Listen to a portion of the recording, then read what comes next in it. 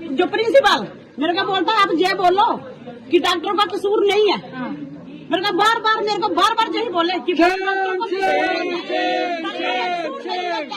Doctor का कसूर नहीं है, डॉक्टर का कसूर था। मेरे को बार बार बोलता है मैडम डॉक्टरों का कसूर है, आप बोल दो डॉक्टर का कसूर नहीं है। बाकी वाइटल्स सारे नॉर्मल थे। जब पीजीआई से लाए गए जब पीजीआई से लाए थे तब उनके वाइटल्स नॉर्मल थे, BP was good, pulse rate was good, everything was okay. At least उनकी सैचुरेशन भी ओके थी, 100% सैचुरेशन पे हम उनको लेके आए हैं यहाँ पे। यहाँ आने के बाद भी पापा ओके थे। बात कर रहे थे? बात सर आप मेरे को एक बात बताओ, अगर आपके नॉर्मल सिर में दर्द होता है, लोग आंखें नहीं खोल पाते हैं, उनके सिर में तो ब्लीडिंग थी ना, तो आंखें खोलते थे बट वो बात नहीं कर पाते थे। वो आंखें खोलते थे, हाथ पैर हिलाते थे, सब करते थे, बस वो बोलते नहीं थे। ठीक है, हम यहाँ पे लेके आए उनको। पीजीआई ने हमें बोला था कि हम आपको रेफर कर रहे हैं आपके घर के पास। क्यों? क्योंकि आप यहाँ हरास हो रहे हो, घर से दूर हो, आपकी फैमिली, और क्योंकि ये इलाज लंबा चलेगा। और उन्होंने ये कहा था कि आप अपने घर के पास जाके हॉस्पिटल में, जीएमसी जम्मू में, आपने देख भी लिया होगा वो पीजीआई का डिस्चार्ज, वहाँ जाके आप इलाज करवाओ। इलाज क्या, नॉर्मल जो बेसिक इलाज था वो चलाने के लिए उन्होंने बोला था, with same medication, same injection, same tablets, everything, हर चीज सेम थी, कुछ उसमें अलग नहीं था। जब हम यहाँ पे आए हैं, हमने एडमिशन करवाया। सर हाँ, मैं तो ये चीज बोलूंगी, पीजीआई क्या, आपको ये बात पता है कि हम पीजीआई क्यों लेके गए थे? क्योंकि यहाँ की डॉक्टर्स ने ना हमें ये चीज कही थी कि हमारे पास स्टाफ नहीं है, हम सफिशिएंट नहीं है इनकी सर्जरी करने के लिए, या फिर हम कोई भी मेडिकेशन उनको देने के लिए हम सफिशिएंट नहीं है।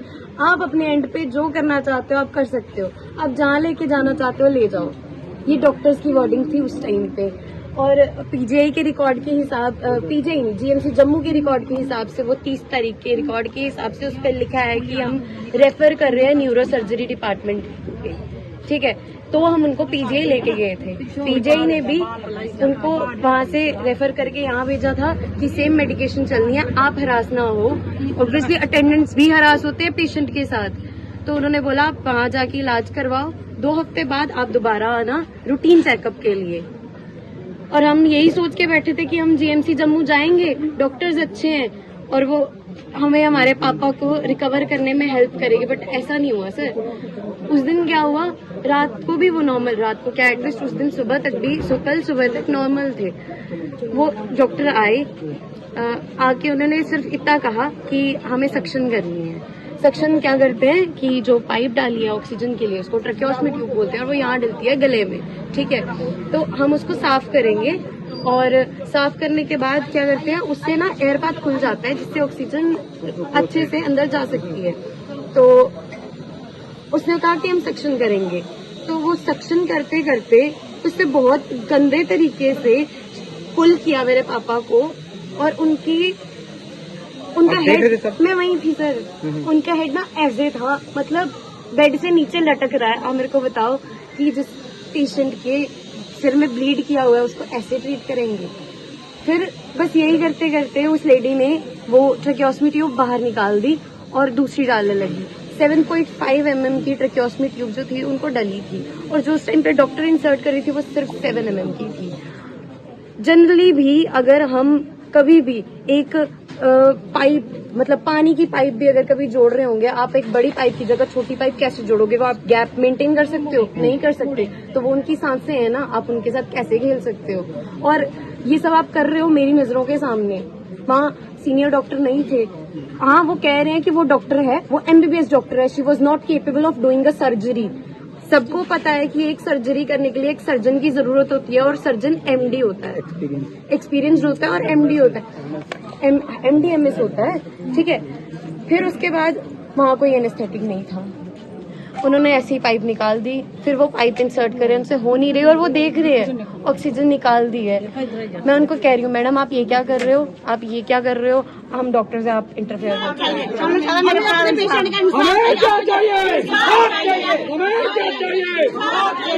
हमें इंसाफ चाहिए।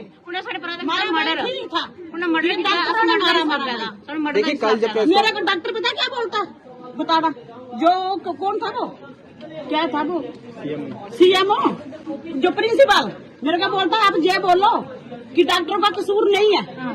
मेरे को बार बार यही बोले कि डॉक्टरों का कसूर नहीं है। कैसे मानूं कि डॉक्टर का कसूर नहीं है? डॉक्टर का कसूर था। मेरे को बार बार बोलता है मैडम डॉक्टरों का कसूर है, आप बोल दो डॉक्टर का कसूर नहीं है। डॉक्टर का कसूर नहीं है। डॉक्टर हमारी है, पुलिस हमारी है, हमारी है। मेरे को उन्होंने धमकी दी, डॉक्टर हमारी है, पुलिस हमारी है, हमारी। आप क्यों नहीं बोलते? आप बोलो। फिर उन्होंने मेरी इतनी सी वीडियो अपने उसने कैमरे में ले ली। जो मैंने बोला कि हाँ की बच्ची ने मारा होगा गुस्से से, जो मैंने जे बोला उन्होंने और क्यों नहीं ली मेरी? नहीं माया बच्ची मारे गुस्से में, क्यों नहीं ली? उन्होंने बच्चे दर्द 2-3 दिन रो 4 दिन रो बच्चे दर्द, ठीक है ना? सारा दर्द ओ कौन दिखेगा? जो सारा बंदा ही चली गया, सारा भरा चली गया, बच्चे का प्यो चली गया, उन्हें कौन दिखना? दादा तैयार हुआ, प्याने का भरा चाहिए, उसका डॉक्टर चाहिए, वो चाहिए और डॉक्टर नहीं चाहिए मेरे को। प्रिंसिपल कह रहे हैं कि पीजीआई से इनको यहाँ पे कोई नहीं पर्चा दिखाया पीजीआई सा, कोई कुछ नहीं है। देखिए, पीजीआई की प्रिंसिपल साहब ने जो प्रेस कॉन्फ्रेंस कल की है, तो उस प्रेस कॉन्फ्रेंस में बता दूं, उन्होंने कहा कि पीजीआई से तभी इनको भेजा गया था कि पीजीआई वालों ने जवाब दे दिया। तो अगर जवाब दे दिया तो जनाब ये जो पीजीआई का सर्टिफिकेट है, ये देखें, आप मीडिया से देखें यहाँ कैमरा पे, इस पे साफ लिख रखा डिपार्टमेंट ऑफ न्यूरोलॉजी चंडीगढ़, ठीक है? पूरी डिटेल देखें।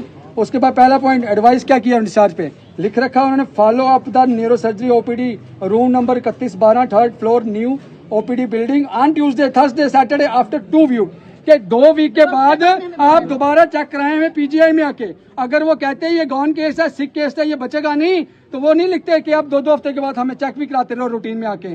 तो जब यहाँ पे नीचे लिखा उन्होंने कि मेडिकल कॉलेज के पास जाओ, आप वहाँ पे 5-7 दिन ट्रीटमेंट लो, उसके बाद घर में सेटअप कर लो अपना, ताकि आपका केस लंबा चलना है। यहाँ तक बात सही है, लेकिन पेशेंट गॉन केस है, ये बचने वाला नहीं है। मैं समझता हूँ ये डॉक्टर भगवान का रूप है, लेकिन भगवान नहीं है। ये नहीं कह सकते ये मर जाएगा, ये नहीं बच पाएगा। हमने कई केस देखे हैं जब डॉक्टर ने घोषित भी कर दिया, लेकिन फिर भी ऊपर वाले उनकी जिंदगी रखी तो लंबी गई, वो कुछ नहीं उसमें हुआ। तो बाकी ये प्रिंसिपल का जो सिस्टम था, हम इसको डिनाई करते हैं कि पेशेंट ने बचना ही नहीं था। अगर बच जाता पेशेंट, अगर 20-25 मिनट उसको ऑक्सीजन की छाटे रही तो उस वजह से मरा है, वो नेग्लिजेंस है डॉक्टर की, तभी ये हमारा प्रोटेस्ट है। और प्रोटेस्ट भी नहीं है, देखें आज वहाँ पे उन्होंने कहा पेन डाउन स्ट्राइक कर रखी है डॉक्टर ने, जूनियर डॉक्टर ने कर रखी है, वो काम नहीं कर रहे। कितने और मरीजदार वहाँ पे जा रहे होंगे, उनका इलाज नहीं हो पा रहा होगा, वो बाहर नहीं जा पाएंगे, नहीं ट्रीटमेंट करा पाएंगे, कितने लोग और मर जाएंगे इस चक्कर में आके।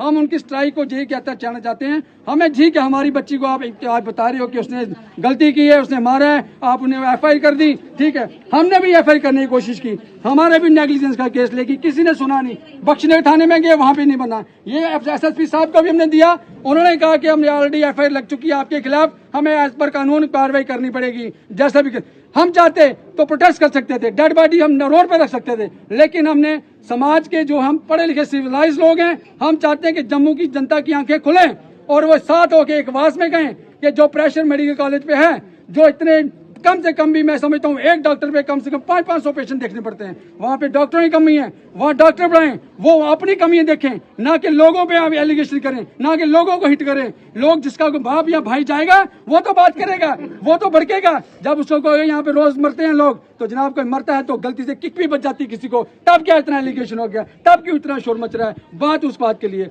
लिहाजा हमारी एफआईआर नहीं लगी अभी तक, हमें कोई नहीं, लेकिन हमारा प्रोटेस्ट चलता रहेगा। डेड बॉडी का अंतिम संस्कार हम करेंगे जाके, बिल्कुल तरीके से करेंगे, लेकिन हम कोर्ट तक जाएंगे, इस मसले तक दूर तक जाएंगे। जो कंसर्न डॉक्टर है, जो डॉक्टर ने लापरवाही, उसको हम एमसीआई तक जाएंगे, मेडिकल काउंसिल ऑफ इंडिया तक जाएंगे, उसके सर्टिफिकेट की जांच हो, उस पर बात चल के कैसे उसने बिना सीनियर डॉक्टरों की एब्सेंस में कैसे उसने ट्यूब को खींचा, कैसे उसने ऑपरेट किया। हम समझते उसने अपनी तरफ से करने की कार्य को करने की कोशिश की होगी, लेकिन जब नहीं हो पाया तो फिर ये आपने कह दिया कि हमारे किसी अन्य लड़की ने मत किक कर दिया, हमें परेशानी होगी, ये हो गया, डॉक्टर स्ट्राइक पे चले गए। ये कहाँ का इंसाफ है? तभी ये पूरा मैटर चलना चाहिए। हम चाहते हैं मीडिया के माध्यम से जम्मू की जनता जागृत हो, कम से कम मेडिकल कॉलेज में ऐसा सिस्टम बन जाए, डॉक्टरों का सिस्टम बने, यूनिफॉर्म कोड बने। लाल सिंह होते थे, कितने डॉक्टर यूनिफॉर्म डाल के घूमते थे, आज आप जाओ पता नहीं चलता डॉक्टर अटेंडेंट है कौन है, सिर्फ स्टैथो ही बताती है डॉक्टर शायद। तो भैया ऐसा डॉक्टर का पूरा डिग्निटी होती है, डॉक्टर बनने के लिए बड़ी मेहनत करनी पड़ती है, लेकिन डॉक्टर के पैसे को मेंटेन करने के लिए उसके ज्यादा मेहनत करनी पड़ती है। इससे ज्यादा कुछ नहीं कहते हुए मैं आप सबसे यही कहूंगा कि कृपया करके, जैसे उन्होंने कहा स्टाफ ने आज कह रहे हैं वो अपनी स्ट्राइक पे कि लाएं, पहले बच्ची को यहाँ पे लाएं, फिर हम स्ट्राइक डाउन करेंगे। हम कहते हैं क्यों, अगर आप में नानित है, हम लोग अभी जा रहे हैं 4.5 रुपए पर यहाँ पे जोगी गेट जा रहे हैं, मीडिया के माध्यम से कह रहे हैं वो डॉक्टर भी वहां आ जाए, ये बच्ची भी हमारी उधर होगी, वहीं कहा सुना बात सब वहीं खत्म हो जाएगी। लेकिन फिर भी किसने अगर रंजिशें पालनी है, फिर भी अगर जम्मू की जनता के सेंटीमेंट से किसने खेलना है, टकराना है, तो हम उसके लिए भी तैयार हैं।